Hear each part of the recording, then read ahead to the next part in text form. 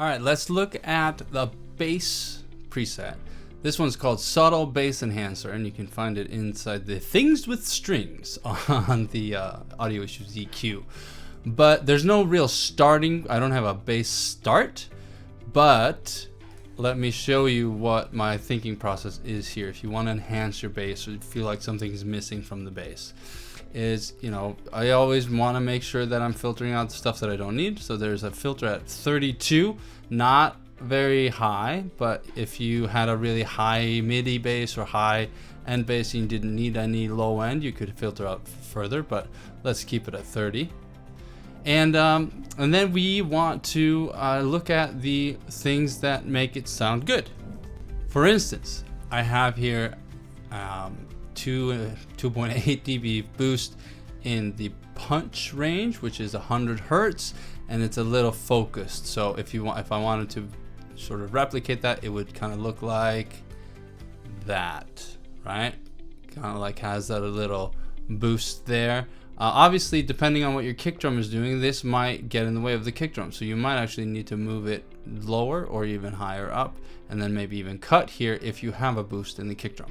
Anyway, so that's, if you need more low end punch, the 100 Hertz is a good place to start. I am skipping over this warmth and weight section, which is between 160 and 250 here, because that's the muddy area. And knowing the home studio mixing engineers, musicians, home studio musicians and producers that I teach all the time, this is the biggest problem they have with their mixes, is muddiness. And so you might actually need to be cutting here. So this actually should be like this if I were to give you a real starting point. So that's maybe like that, let's say. And then we're skipping over because this would just be boosting this area, and then that might make for muddy mixes on your part. You don't want that. However, this next thing is cool. So the tone area is 330 Hertz, and I'm giving a little bit of a boost here, and that adds the tone to the bass. Often you might think the bass needs more low end, so you're boosting in the low end here, or maybe in the low mids, and it's like you're thinking, oh man, it's just sounding muddy now, because you're not boosting the tone. You're not getting that definition, and that often happens in the harmonics of the bass. So not the fundamental frequency of the bass guitar or the bass synth, but the harmonic frequencies, the second, third, fourth order harmonics.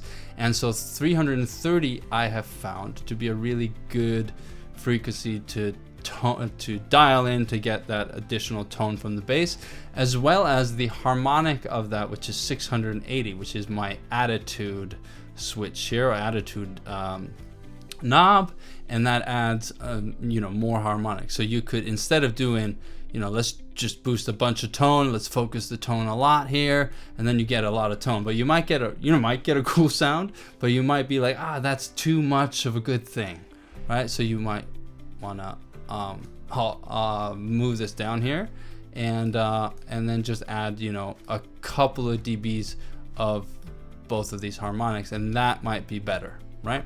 And then bite, this is sort of the 2.5 K or 2.5 K, and that's where the string sound lies. So you'll get if you want to like really dial in that Korn 90s string sound, or actually a lot of 90s bass guitars in general, they have like that really toppy high end, and that all comes from the high mids.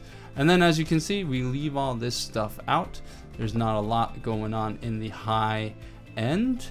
But if we go to another bass preset, this one, the subby bass, that one actually is quite different. And it's sort of, if you're doing a completely different genre, let's say you're more in the EDM or hip hop range, and you want this sort of like sub-B, undulating, oscillating bass. And if you have too much high end on your patch, you can just filter all that out. Oh, this is the filter. And you filter all that out, and that gives you just that low end, just that boom subbiness, right? So that's the difference between those two presets, right?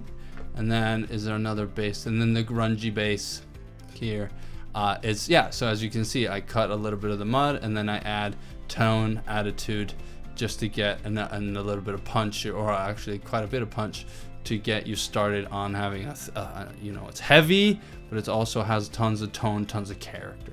So that's the thought process behind this preset and the Audio Issues EQ. Feel free to replicate it or get your copy at audioissueseq.com. All right, see you in the next video.